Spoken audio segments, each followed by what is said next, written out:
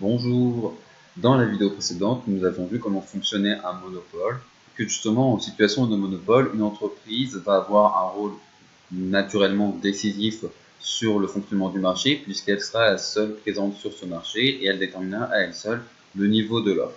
Elle pourra donc ajuster sa quantité de production de façon à maximiser ses profits, même si cela conduit à une perte de surplus pour les consommateurs parce qu'il y a moins de produits échangés et surtout ces produits échangés sont à un prix plus élevé. Donc ça, c'est la situation de fonctionnement d'un monopole. On va maintenant s'intéresser à la situation d'un oligopole qui, je le rappelle, est la situation où vous avez un nombre limité d'offreurs sur le marché.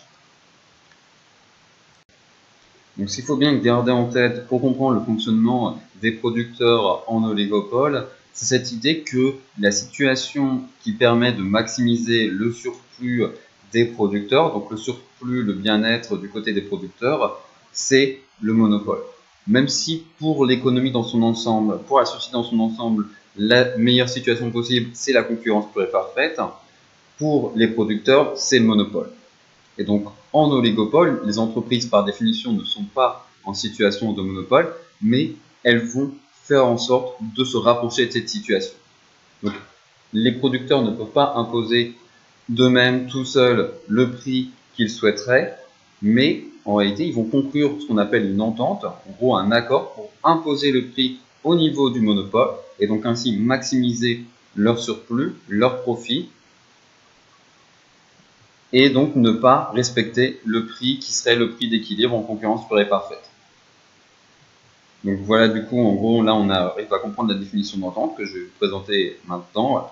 Une entente est un accord entre plusieurs entreprises pour fixer leur prix au-dessus du prix d'équilibre. Je répète, une entente est un accord entre plusieurs entreprises pour fixer leur prix au-dessus du prix d'équilibre. Donc cette idée, voilà, qu'on va fixer le prix au niveau du monopole pour maximiser le profit des entreprises. Cette situation, elle marche en oligopole par rapport à la concurrence pure et parfaite, car en oligopole, on ne respecte pas l'hypothèse d'atomicité des acteurs. C'est-à-dire qu'en oligopole, il y a certes plusieurs producteurs présents sur le marché, mais leur nombre reste suffisamment limité pour qu'un accord soit conclu entre ces producteurs. Si vous avez un nombre trop important de producteurs, vous ne pourrez pas réussir à conclure un tel accord et à le faire respecter. Car, et alors en fait, ce risque que l'accord ne soit pas respecté, il existe à partir du moment où vous avez même un concurrent. Vous avez juste deux producteurs présents sur le marché, vous n'êtes plus en monopole, donc vous n'avez plus un contrôle parfait du prix du marché. Il y a un risque, même si vous concluez une entente, votre partenaire en l'occurrence, mais aussi votre concurrent justement, car on est dans cette situation un peu ambiguë de dire c'est à la fois un partenaire dans le cadre de l'entente, mais en même temps un concurrent sur le marché, il risque de ne pas respecter l'entente et de proposer des prix notamment plus bas que le prix de l'entente, plus bas que le prix du monopole, pour essayer d'attirer plus de consommateurs et de consommatrices chez lui. Car en effet, les entreprises en situation d'oligopole qui concluent une entente sont dans une situation du dilemme du prisonnier, ce que je vais expliquer à présent. Donc pour comprendre qu'est-ce qu'un dilemme du prisonnier et justement quelle est la situation des entreprises qui concluent une entente, on va supposer une situation d'oligopole, même en l'occurrence de duopole. Vous avez seulement deux entreprises, vous et l'entreprise concurrente. Vous concluez un accord donc, pour fixer le prix au-dessus du prix d'équilibre, au niveau du prix de monopole, pour maximiser votre surplus à toutes les deux. Mais vous avez chacune la tentation de proposer un prix plus bas pour attirer les consommateurs chez vous. Donc justement, puisque si vous ne respectez pas l'accord et que vous proposez un prix plus bas, vous allez certes du coup vendre à un prix plus bas, mais vous allez vendre à plus de personnes car la majorité des consommateurs et des consommatrices va acheter ces produits chez vous. Donc là en l'occurrence on voit que vous gagnez 50 si vous respectez l'accord, vous gagnez 65 si vous ne respectez pas l'accord et que vous proposez un prix plus bas. Donc vous avez clairement intérêt à ne pas respecter l'accord. Ça, c'est assez facile. Individuellement, vous avez intérêt à ne pas respecter l'accord. le truc, c'est que puisque vous avez toutes les deux individuellement intérêt à ne pas respecter l'accord, bah, vous n'allez pas vous retrouver dans une situation où il y en a une qui respecte l'accord et l'autre qui propose un prix plus bas.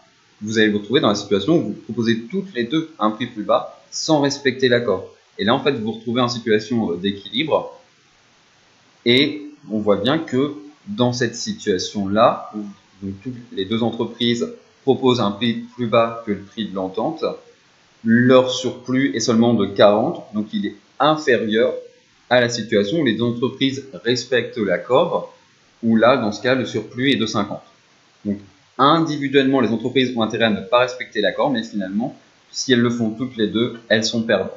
Et elles ont plutôt intérêt, dans leur ensemble, leur surplus, en tout cas entre elles deux, est supérieur si elles respectent toutes les deux l'accord.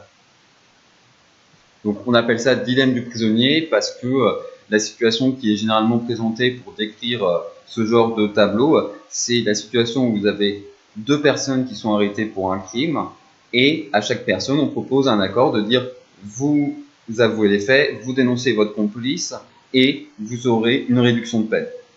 Et si au contraire vous si vous ne dénoncez pas votre complice, pardon, on va quand même vous inculper, mais vu que ça va être plus compliqué, on va sûrement vous inculper avec une peine pas forcément très très importante non plus. Donc, individuellement, les prisonniers dans cette situation ont intérêt à dénoncer leur complice pour avoir quand même l'aménagement de peine, la réduction de peine, mais si les deux prisonniers dénoncent leur complice, se dénoncent mutuellement, en fait, bah dans ce cas, on va dire du côté du procureur, les poursuites vont pouvoir être menées finalement sans respecter spécialement l'accord et dire bon bah pas d'aménagement de peine puisque vous vous êtes dénoncés mutuellement.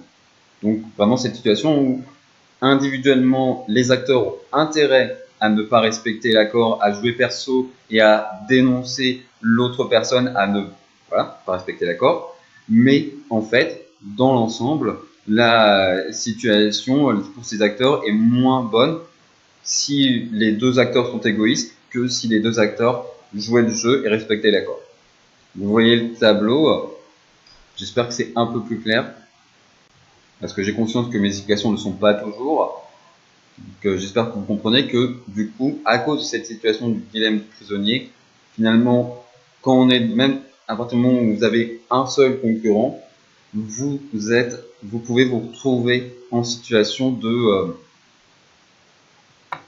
dans une situation où le prix est fixé au niveau du prix d'équilibre en concurrence pure et parfaite, même si en l'occurrence, il n'y a pas atomicité des acteurs.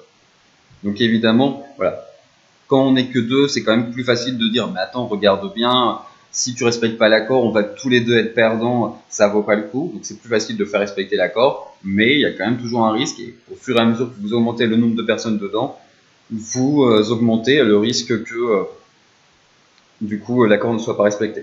Et ça, même les autorités qui régulent la concurrence, ce qu'on va voir dans les vidéos suivantes, l'ont compris car elles proposent justement des aménagements de peine. En gros, si vous faites partie d'une entente et que vous dénoncez cette entente, vous pouvez vous en sortir sans problème. Et alors que les autres vont devoir payer des amendes importantes. Bon, voilà, j'espère que c'est clair. Bonne journée.